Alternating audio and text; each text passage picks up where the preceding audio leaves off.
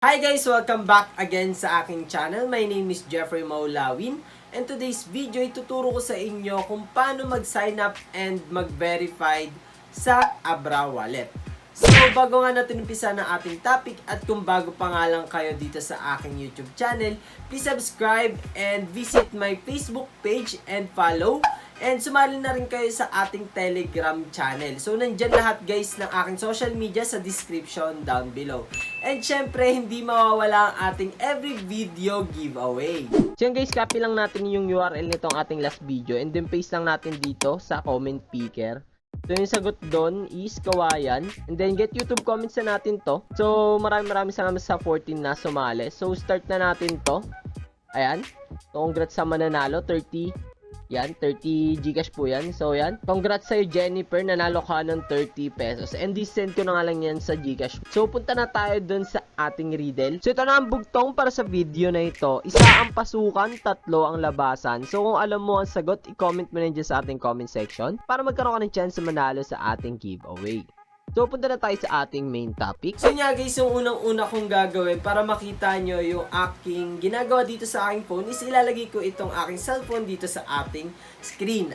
Ayan. So, yun na nga guys, yung gagawin natin para makagawa tayo ng account dito sa ABRA wallet. Syempre, dapat mag-install tayo ng ABRA wallet. So, ito guys yung itsura ng ABRA. Ito. So, friendly user ito guys dahil meron siya sa Play Store or App Store. So, ako guys, meron na akong na-install. So, open ko na lang siya.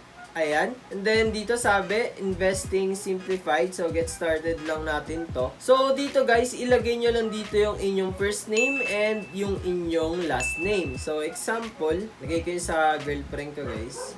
And then, continue lang. Then, next, ilagay nyo dito, guys, yung inyong active email. So, continue na natin to. Then, next, guys, yung inyong active mobile number. So, ilagay nyo lang yan dito. So, dapat, guys, active kasi ay yung gagamitin nyo, guys, para sa mga OTP at para mabuksan nyo rin yung inyong ABRA wallet. So, continue lang natin to. So, next is, may marireceive kayong PIN or OTP, guys. So, ilalagay ko lang dito yun sa akin. Ayan.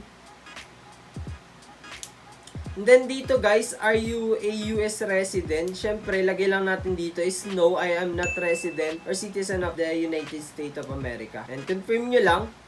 And then dito guys, mag-create kayo ng 4-digit PIN. So, yung kayo lang dapat yung nakakaalam. And then confirm nyo lang guys yung inyong PIN. Ayan.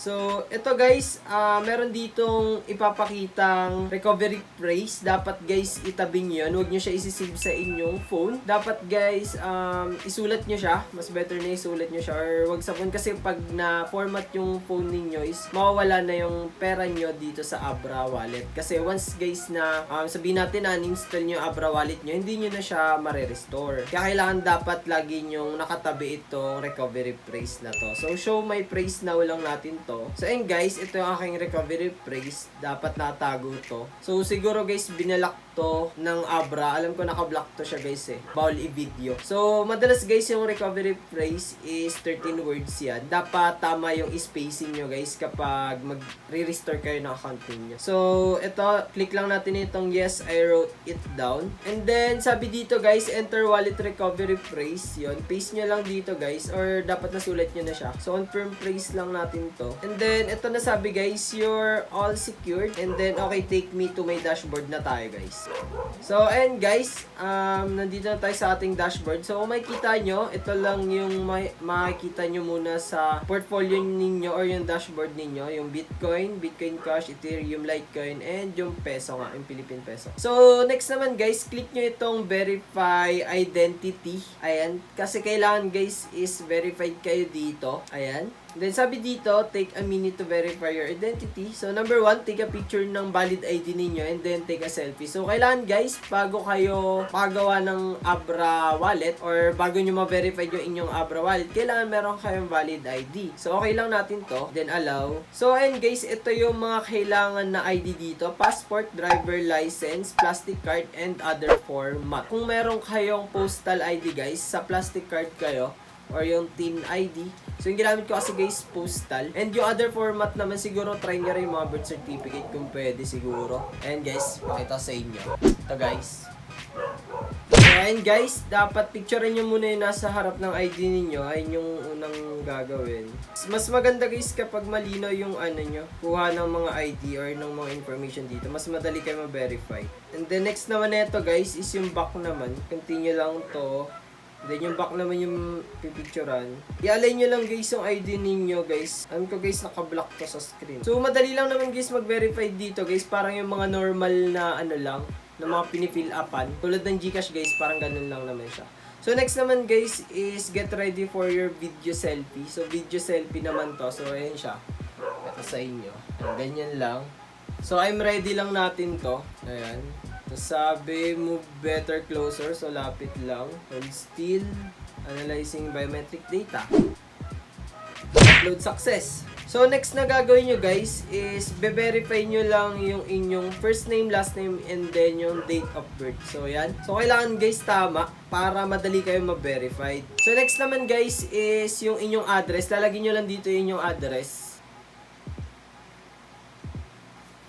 So next naman guys is i-verify nyo lang yung inyong email. Send code nyo lang. And then punta kayo guys dun sa inyong email na nilagay. Verify nyo lang siya. Okay guys, ito yung makuha yung email. So yung code ko is 273624. 273624. And then, i-review nyo lang guys yung mga sinubmit yung identity. And then, pwede nyo yan i-edit. So, pag okay naman na, submit nyo na. Ayan, and then, makikita nyo to guys, yung verification pending. Dantayin nyo lang. Then, click na natin tong okay. So, ganun lang guys mag-verify ng inyong ABRA wallet. So, next naman guys is, paano nga ba siya gamitin? So, di ba guys, 5 na currency nga lang yung una nyo makita. So, ang gagawin nyo guys, kung gusto nyo mag-add ng ibang currency, is click nyo lang itong add. Ito guys. Then, dito guys, may makikita kayo dito mga crypto. Ayan.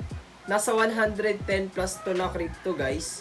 And then meron din ditong fiat. Pag sinabing fiat, ito yung mga money ng iba't ibang bansa. Tulad ng Australian dollar, ayan, Brazilian real, pesos, ayan. Ayan, lahat nandyan guys. Tapos andito rin lahat guys ng mga tokens, mga crypto. Example guys, okay yan, nakita nyo guys na verified ako agad, 'di ba? Saglit lang talaga siya guys, lalo na pag tama yung identity na binigay ninyo. So, yun lang siya kadali. So, okay na natin to. So, yun, ganun lang kasimple. So, ayan. So, ngayon naman guys is, try natin mag-add ng mga crypto. So, ayan, Dogecoin. Ano pa ba? Purecoin. Okay. So, lahat yan guys, pwede nyo rin yan i-add lahat. So, XRP, yan. Bitchain. So, nasa inyo guys kung anong gusto nyo i-add. Then, click nyo lang yung save. So, makikita nyo guys, nandito na yung mga in-add ko. Yung XRP, Bitchain. Pwede rin kayo guys mag-add ng ibang fiat. Add lang natin yung mga ibang currency dito. Ayan.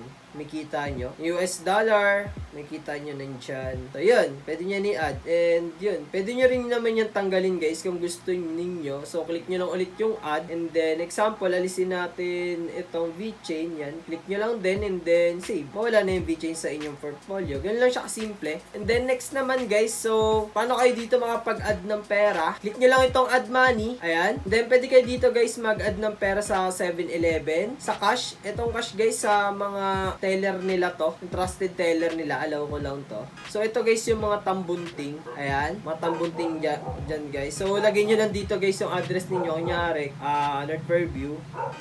Then, ipapakita dyan guys yung mga tambunting na supported netong ABRA. Pero minsan guys, may mga tambunting na kahit nakalagay siya dito, wala silang ABRA.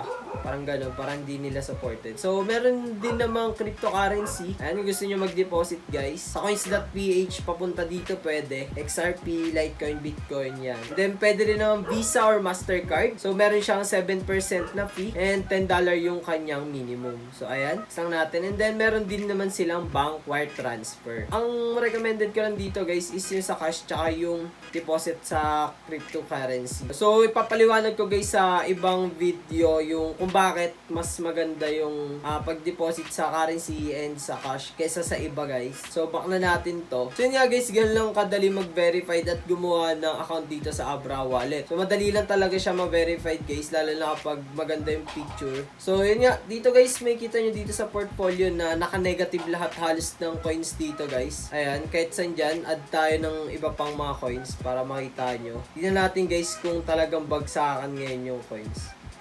napansin ko guys, ayan, pansinin nyo guys, halos lahat naka-red lahat ngayon ng mga crypto. So, pag ganyan guys, pag naka-negative sila, tulad nito, sabihin natin itong, okay.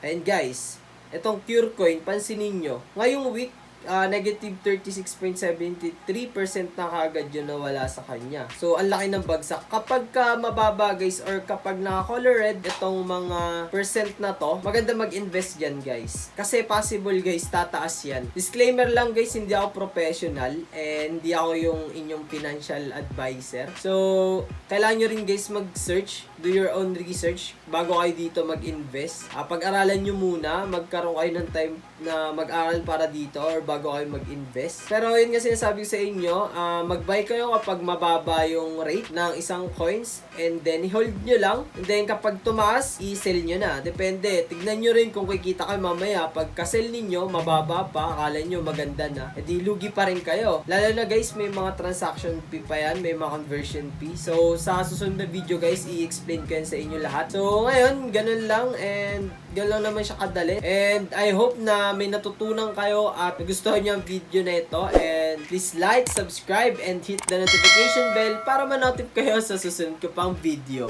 Peace!